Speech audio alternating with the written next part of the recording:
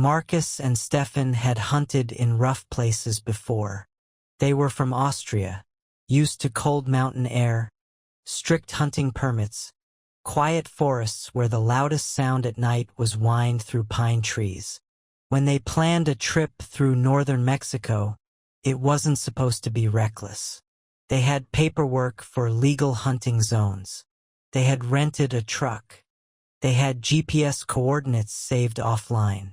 But paper maps don't show invisible boundaries. They drove for hours through dry, open land, following a dirt trail that looked well used. Fence posts lined parts of it, broken in places. No signs warned them to turn back. "This looks right," Stefan said, checking the coordinates. Marcus nodded. "We camp here. Hunt at first light." They parked near a stretch of low brush with a clear view of the valley. The terrain was flat but surrounded by shallow hills. Good for spotting deer, they thought. They unloaded their rifles, gear cases, and thermal binoculars. Everything expensive, everything legal, everything very visible. Night came fast. The desert cooled sharply, and the silence felt strange compared to European forests. No insects, no birds, just emptiness. Stefan was pouring coffee from a thermos when Marcus froze. On the ridge behind them, a small red light blinked. Once, then off. Stefan squinted. "What is that?" Before Marcus could answer, another light flickered on farther down the ridge. Then another to their left. Not random, placed, watching. The low hum of an engine rolled across the valley. Then another from the opposite direction. Headlights didn't come on immediately. The vehicles moved in darkness at first, silhouettes against the horizon, positioning themselves. Stefan whispered, "This is not right." Marcus reached slowly toward the rifles leaning against the truck. A spotlight snapped on. Blinding. It locked onto them instantly. "Hands!" A voice shouted in Spanish from the darkness. Stefan raised his hands immediately. Marcus followed. 3 trucks descended from different directions, cutting off every exit. Gravel sprayed under their tires as they stopped just far enough away to control the distance. Men stepped out, not yelling, not frantic, calm, controlled. One of them picked up Marcus's rifle and examined it casually, like it was merchandise at a store. Another opened the gear cases, pulling out ammunition, knives, binoculars. One man approached them directly. He looked younger than the others, but carried himself like he didn't need to prove anything. "You are not from here," he said in steady English. "No," Stefan answered quickly. "We are hunters, tourists. We have permits." The man stared at them for a long moment. "You hunt here?" he asked. "We follow GPS," Marcus said. "If this is private land, we leave now." A few of the men chuckled quietly. The younger man shook his head slightly. "This land is not private." He gestured toward the dark valley around them. "It is controlled." The word hung in the air. One of the lookouts picked up Stefan's thermal binoculars and whistled softly, impressed. The young man turned back to them. "If one of my people finds you here," he said calmly, "they will kill you." Stefan felt his throat tighten. "You are lucky," the man continued. "You met me first." He nodded to one of the others, who began loading all their hunting gear into the back of a truck. Rifles, ammo, optics, even their large camping packs. Marcus instinctively stepped forward. "That's expensive equipment." A rifle lifted slightly in his direction. Not aimed fully.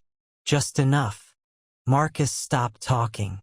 The young man stepped closer, lowering his voice. "I let you go. But you listen carefully. Both foreigners nodded rapidly. You will run south. Exactly south. He pointed into the darkness behind them. 30 minutes. Do not stop. Do not hide. Do not change direction. Stefan's voice trembled. And then, you will see a highway. When you reach it, you can rest. You can call whoever you want. He paused. But if you stop before 30 minutes, if you try to circle back, if one of my men sees you again, he didn't finish the sentence. He didn't need to. The truck's engines idled around them like low growls. You are lucky you met me, he repeated. Then he stepped back and motioned with his hand. Run. They didn't argue. They ran. Boots slamming against hard dirt. Breath tearing through their lungs. The night air burned cold in their throats. Behind them, engines stayed running. Marcus didn't look back. Stefan nearly tripped over brush but kept going. The terrain sloped unevenly. Rocks shifted underfoot. Every shadow looked like a person. 5 minutes in, Marcus gasped. Keep south. How do you know? The stars. He fixed on the southern sky and kept running. At 10 minutes, Stefan slowed instinctively. Don't, Marcus hissed. He said 30. What if they're following? Then we don't stop. Around 15 minutes in, they heard an engine somewhere far behind them. Not racing, just moving, tracking. Stefan's heart pounded so loudly he thought he might pass out. 20 minutes. 25. Every second stretched. Their legs burned. Their lungs felt like they were collapsing. At what Marcus estimated was 30 minutes, the ground beneath them changed. Smoother. Hard-packed gravel. Then suddenly, pavement. A 2-lane highway cut through the darkness. They stumbled onto it and collapsed on the shoulder, gasping for air. Far in the distance behind them, faint headlights appeared on a ridge for just a moment. Watching. Then they vanished. Stefan pulled out his phone with shaking hands. 1 bar of signal. He dialed emergency services. When local police arrived nearly 40 minutes later, the officers listened carefully. You were hunting? One officer asked. Yes. In that direction? The officer pressed. Marcus pointed south toward where they had come from. The officer exchanged a look with his partner. You are alive, he said finally. That is good. Our truck, Stefan began. Our equipment. The officer shook his head slowly. You will not get those things back. They stole thousands of euros of gear. The officer's expression didn't change. You were allowed to leave, he said. That is worth more. Neither of them argued. As they sat in the back of the patrol vehicle, Marcus glanced out the window one last time toward the dark land they had run from. He realized something that made his stomach twist. They had never checked their watches. They had no idea if they ran exactly 30 minutes. They had simply trusted the voice of a stranger in the dark. A stranger who could have changed his mind at any second.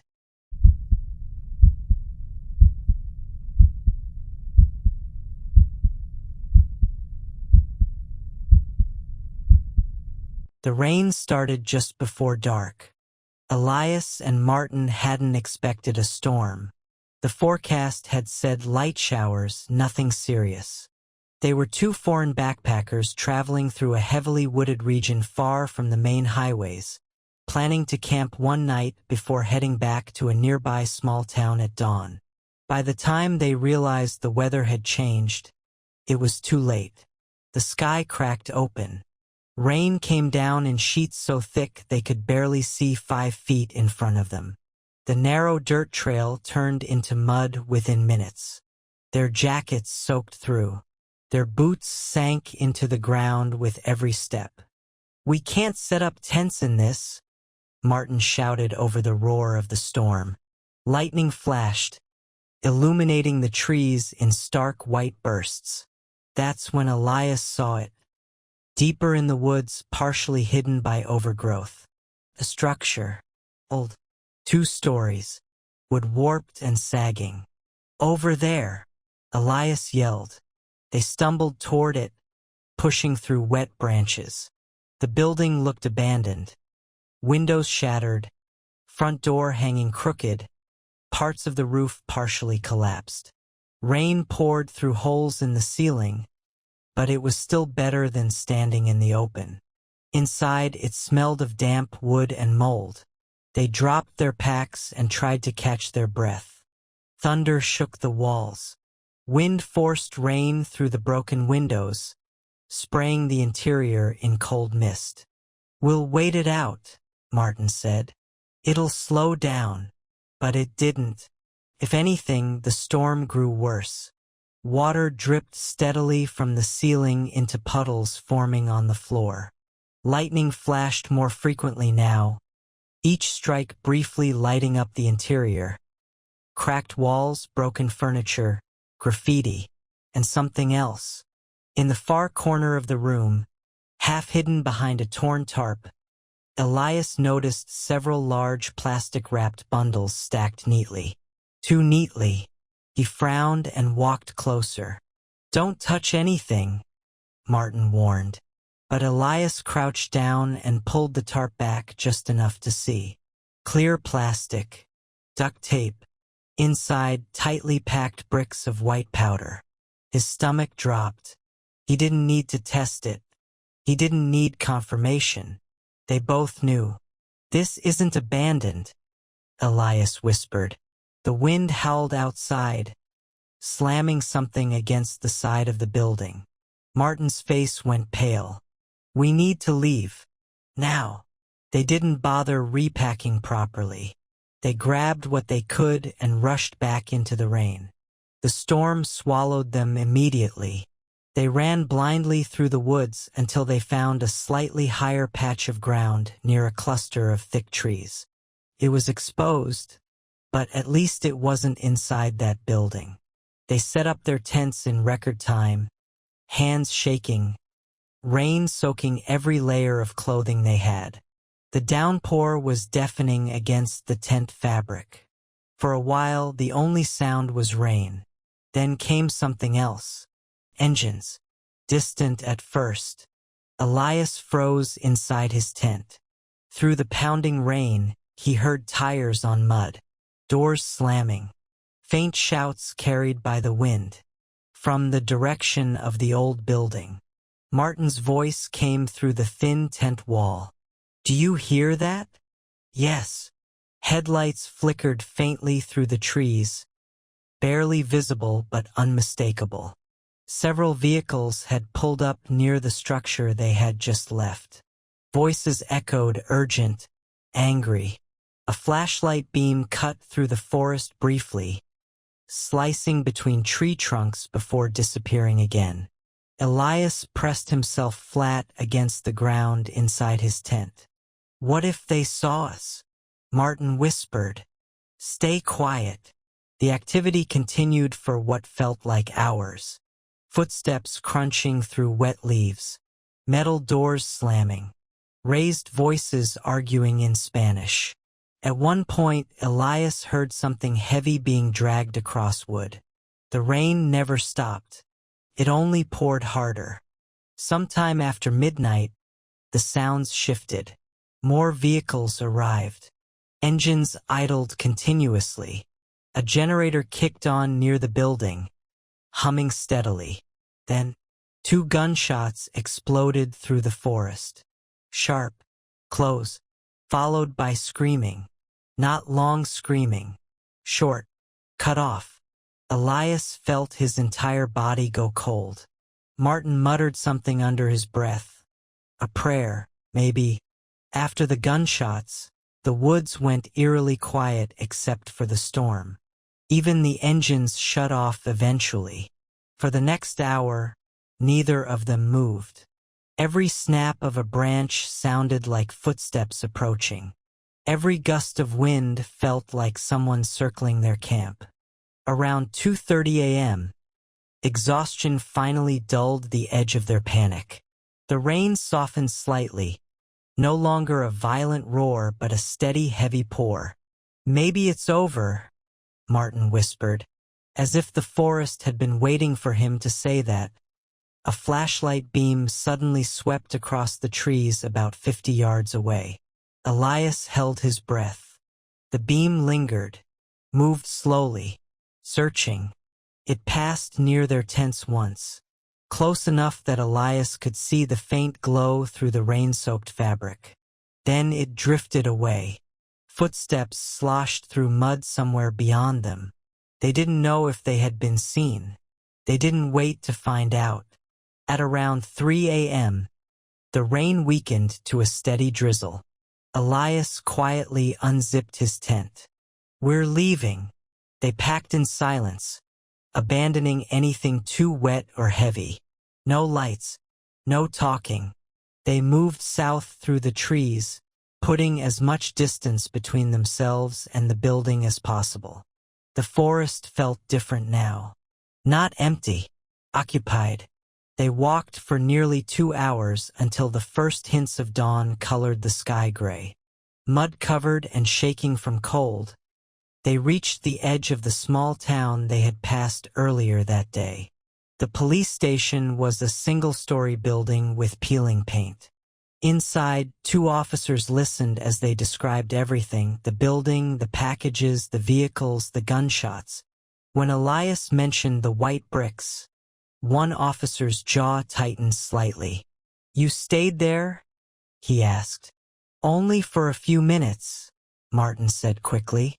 "We left as soon as we understood." The officers exchanged a long look. "Can you check it?" Elias asked. There were gunshots. Someone was screaming. The older officer leaned back in his chair. "That area," he said carefully, "is not ours." "What does that mean?" Martin asked. "It means," the officer replied, "there is nothing we can do." Silence settled over the room. "You are lucky the rain was loud," the officer added quietly. "Sometimes storms hide people. Sometimes they hide other things." They left the station feeling no safer than before. Years later, Elias still remembers the sound of those 2 gunshots cutting through the rain. And sometimes, when storms get heavy at night, he wakes up convinced he can hear engines idling somewhere beyond the trees, waiting for the rain to cover their tracks again.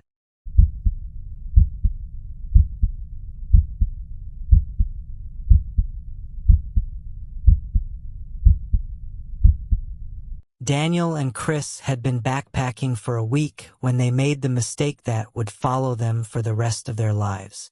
They weren't thrill seekers. They were photographers. Desert landscapes, abandoned roads, stars at night. That was the goal. They'd rented an SUV in the city and decided to take the scenic route toward a remote canyon they'd seen online. The road was barely marked on the map, but it looked passable. By the time the sun started bleeding into the horizon, they realized they hadn't seen another vehicle in almost 2 hours. No houses, no gas stations, no signal. Chris checked his phone for the 5th time. Still nothing. Daniel laughed nervously. "It's fine. We'll camp. Head back in the morning." They pulled off onto a dirt clearing surrounded by dry brush and low hills. It felt isolated but peaceful, the kind of silence that photographers dream about. They set up their small tent beside the SUV. The air cooled quickly once darkness settled in. Coyotes howled somewhere far off. The sky filled with stars so bright it almost didn't feel real. By 10:45 p.m., they were inside the tent, half asleep. That's when Daniel heard it. An engine. Low. Distant. He opened his eyes. "Do you hear that?" he whispered. Chris held his breath. Another engine joined it. Then another. Headlights appeared over one of the hills, not just one set, but several. Moving slowly, spreading apart. The beams swept across the desert like searching fingers. Daniel's chest tightened. "Turn everything off." The small camping lanterns snapped dark. Their phones went black. The vehicles didn't slow down. They drove straight toward the clearing. Chris's voice trembled. "Maybe they just need directions." Daniel didn't respond. The trucks pulled in fast, gravel crunching loudly under heavy tires. At least 3 of them, maybe more. The engines idled, deep and aggressive. Through the thin tent fabric, they saw silhouettes stepping out. Boots hit the dirt. Voices, calm, controlled, speaking in low tones. Not confused, not surprised. They weren't stumbling upon the campsite. They were checking it. A flashlight beam suddenly hit the side of the tent. The light was so bright it turned the thin fabric into a glowing wall. Daniel could see Chris's terrified face illuminated beside him. The beam lingered, then shifted to the SUV. One of the men yanked the driver's door handle. Locked. Another walked around the vehicle, tapping the windows with something metallic. Chris's breathing grew shallow. Daniel squeezed his arm, silently begging him not to panic. Then the first gunshot shattered the night. The blast was deafening at that distance. Glass exploded. Chris flinched so violently the tent rustled. Outside, someone laughed. Another shot, this one lower. The SUV tilted slightly as a tire burst. "They're shooting the car," Chris whispered, barely audible. The men weren't shouting. They weren't rushing. They were methodical. One voice said something short and sharp. A flashlight beam snapped back toward the tent. It stopped there. Daniel felt certain, absolutely certain, they could hear their hearts pounding. Footsteps approached. Slow. Crunch. Crunch. Crunch. They stopped inches from the tent wall. Daniel could see the shadow of a boot just outside. A hand pressed lightly against the fabric. Not hard enough to collapse it, just enough to feel. The zipper tab moved slightly. Chris clenched his jaw to stop his teeth from chattering. Another voice called out from one of the trucks. The hand withdrew.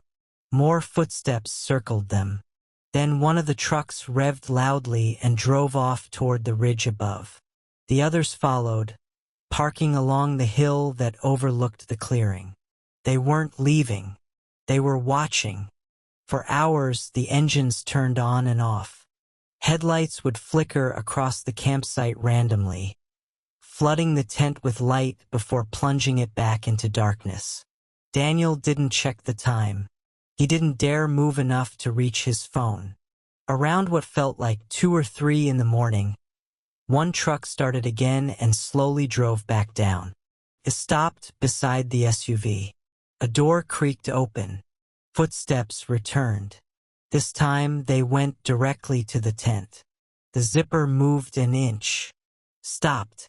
Daniel swore he could feel someone breathing on the other side. Then, in clear English, a calm voice whispered through the fabric. "Wrong place." Silence followed. The zipper slid back down.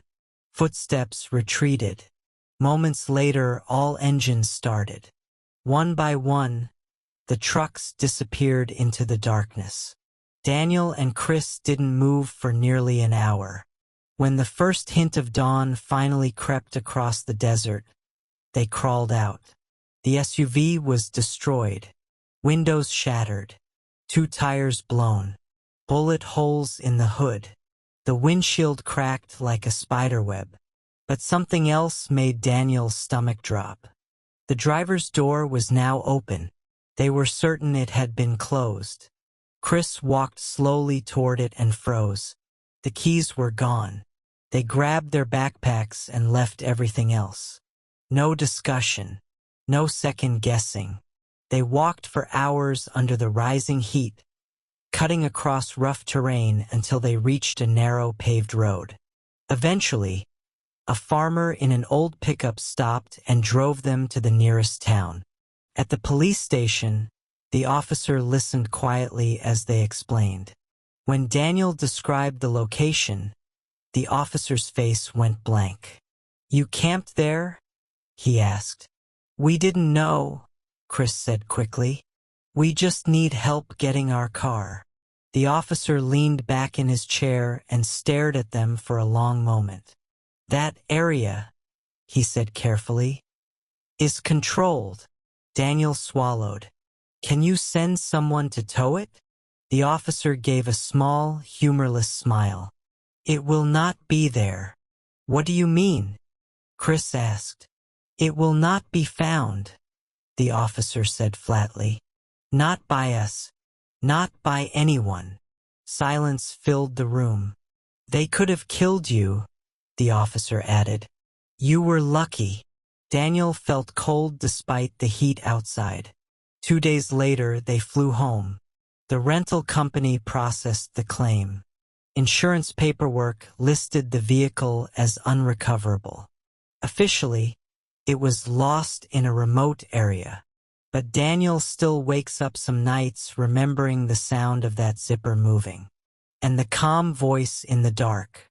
Not angry, not rushed, just certain. Wrong place.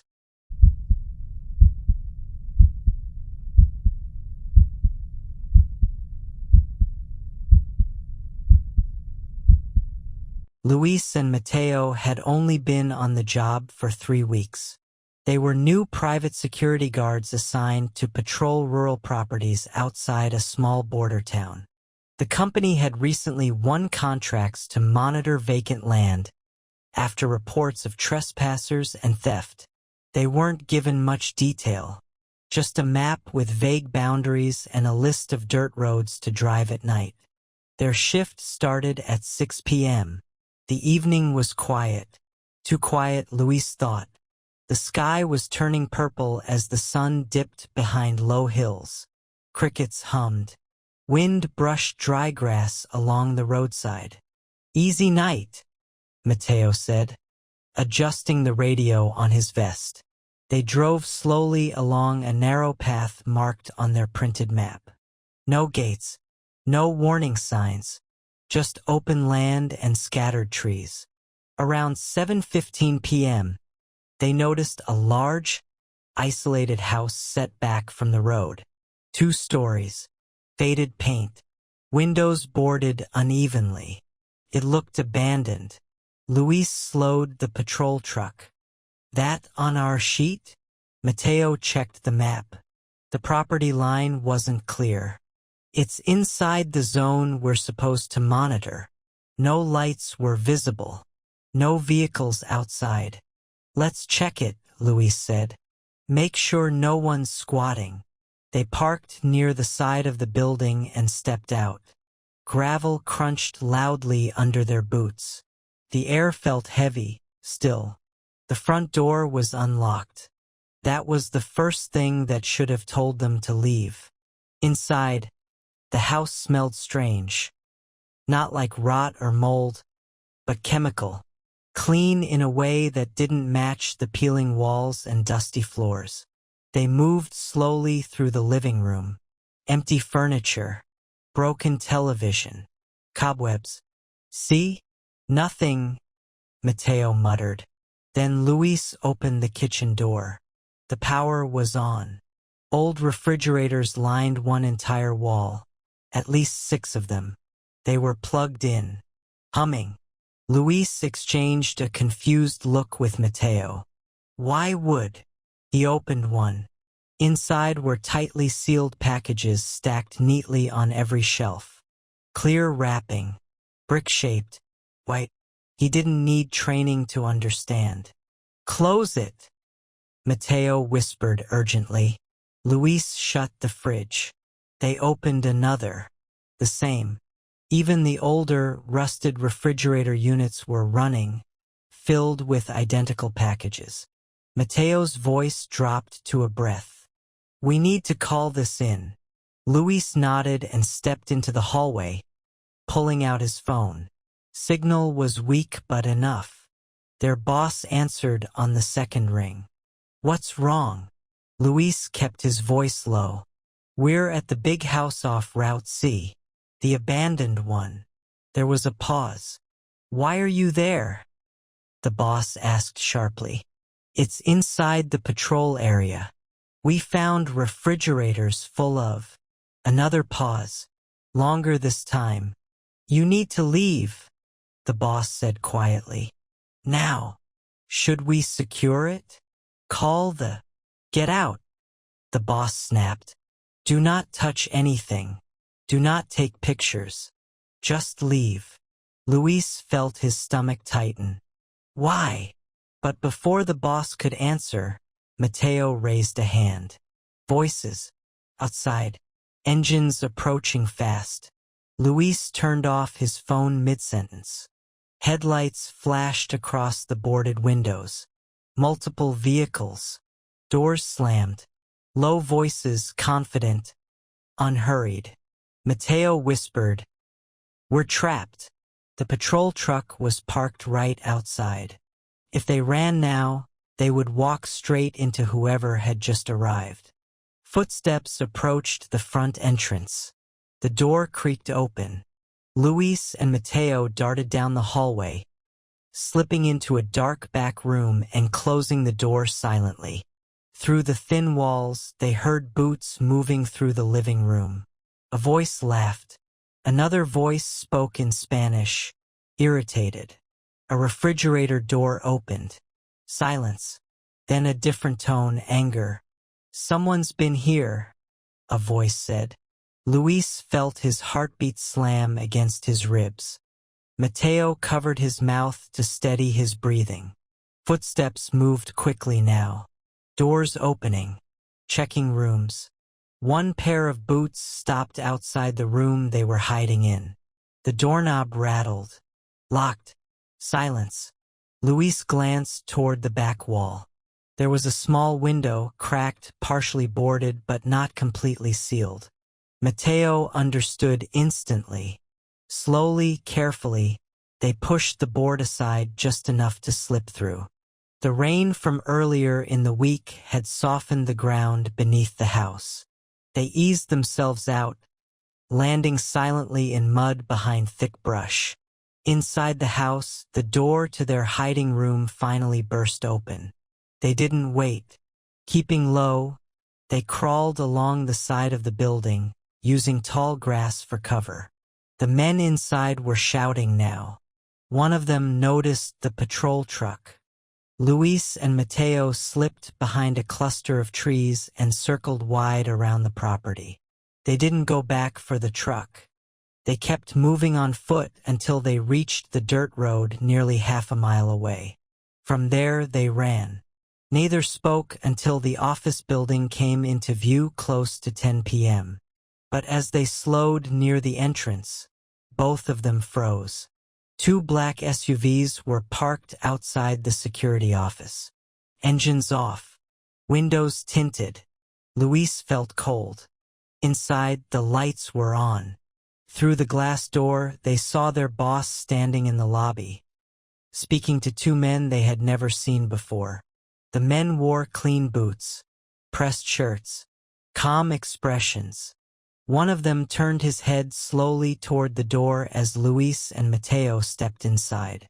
The look he gave them was not surprised, not confused. It was deliberate, cold, like someone examining something that had already been decided. No words were exchanged between them. The man's eyes lingered for a few seconds longer than necessary. Then he turned back to their boss and continued speaking quietly. The conversation lasted maybe 3 more minutes. The two men left without looking at the guards again. The SUVs started outside, drove off. The office felt smaller after they were gone. Their boss didn't sit down. He didn't yell. He just looked exhausted. "You went somewhere you weren't supposed to," he said quietly. "You didn't tell us not to," Mateo replied, his voice shaking. The boss rubbed his face. "That house," he said, "does not exist on our maps." Silence. "They know you saw it." Luis swallowed. "What does that mean?" "It means," the boss said, "I have to let you go. Effective immediately." Both stared at him. "You can't be serious.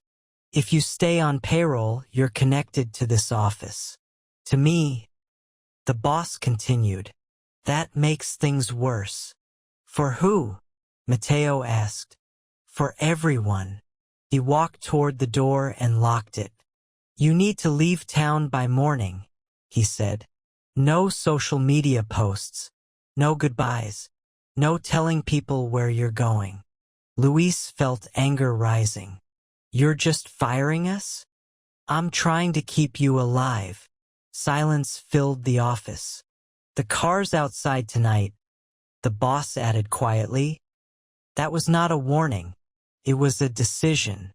By sunrise, Luis and Mateo were gone. They never picked up their final paychecks.